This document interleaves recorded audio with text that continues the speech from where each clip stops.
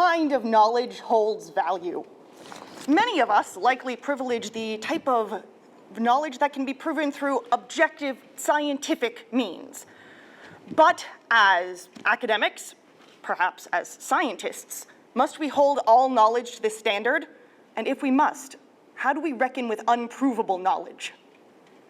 I should acknowledge I am not a scientist or a philosopher. I'm an actor and a scholar of musical theater. But all theater is to some degree philosophy. While we certainly go to the theater to be entertained, a key element of that entertainment is intellectual stimulation. This is why it can be so difficult to enjoy media that our taste judges as too vapid. The musicals of Dave Malloy, most notably Natasha Pierre and the Great Comet of 1812, which was on Broadway in 2017, are more prone than others of their genre to venture into hefty philosophic themes. Across three of his works, Malloy builds an increasingly nuanced contemplation on the emotional price of scientific objectivity, putting on stage three professional ideologists, a boozy 19th century academic, a 9th century astronomer, and a 21st century molecular physicist who struggle with the same central problem.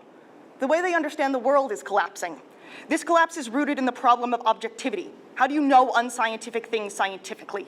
There are professional ideologists who believe that there is no knowledge that should be outside the purview of science, which will come to answer every question man could ever ask. This view, believe it or not, is not really about science. It is scientism, an ideology which replaces religious dogma with scientific dogma.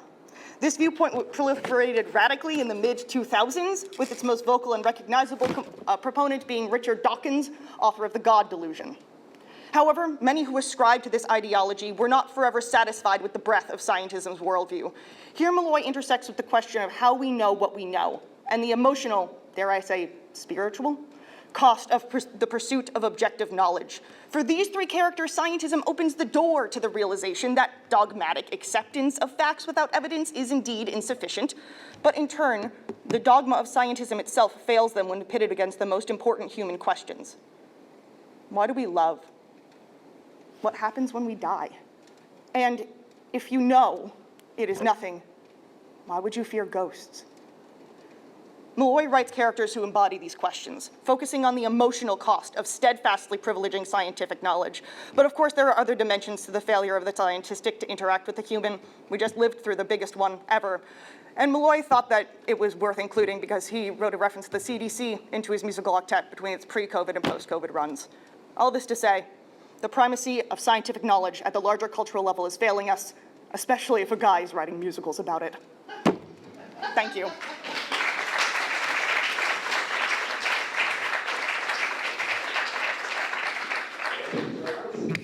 Now I get it. Thank you. Do you have a particular concept of ideology that you deploy in your research? And then second, adjacent question, is there a connection between ideology and performance? Absolutely, and thank you for asking. Yes, I'm using Althusser as my primary example of ideology. And I'm using his concept, and then I'm supplementing that with Michael Morris's work on the epistic elements of ideology. And then about performance and ideology, oh my God, yes.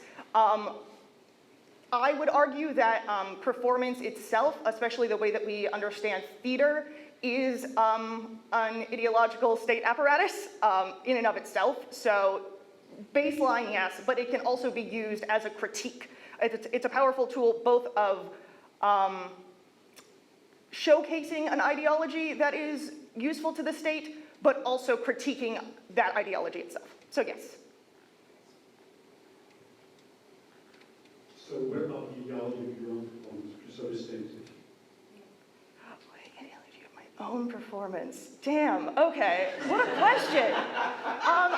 I would say my main ideology is that I'm not saying that religion or belief is going to solve anything, but I'm saying that there is clearly a problem with the idea that was really, really popular in the mid-2000s. I'm thinking like 2008, that a lot of people of my generation got really, really attached to. Like, my parents are here, I remember reading Richard Dawkins in the back of their car and being like, I am the coolest, edgiest atheist in the world.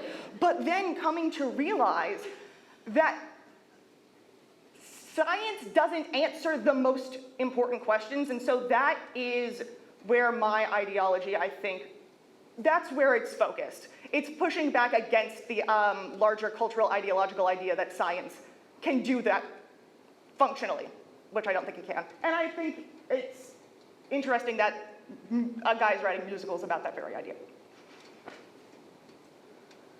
Hi, great talk, thank you for the presentation. I was just curious about your take on this in relation to kind of a Buddhist philosophy framework, where basically everything is nothing. On an infinite timeline, we are ashes to ashes, dust to dust. And so do you kind of ascribe to that idea that we in the scientific world are going down these endless rabbit holes that will never actually end, and we will be on this pursuit of nothingness? I think that the most important thing in my research is, and the most pressing thing is that the nothingness will kill you. Yeah, there you go, mic drop.